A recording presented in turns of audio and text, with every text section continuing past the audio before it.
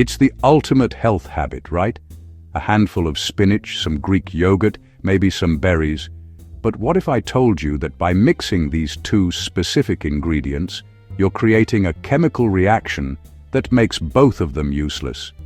Spinach is a superfood, but it has a secret defense mechanism called oxalic acid. When you blend it with dairy, the calcium and oxalates bind instantly. Your gut can't process this new compound, so that healthy calcium just passes right through you, or worse, gets stuck. This doesn't just waste your money on expensive organic spinach, it causes digestive stress. If your gut is busy struggling with these locked crystals, it's not absorbing the iron and magnesium you need for all-day energy. This is why you might feel bloated instead of energized after your morning blend. You don't have to stop your smoothie habit. You just have to be smarter than the chemistry.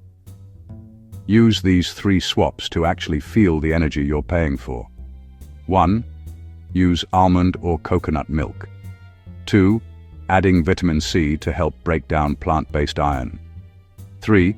Briefly steaming spinach before blending to reduce oxalates by up to 30%. Health isn't just about what you eat, it's about what you absorb.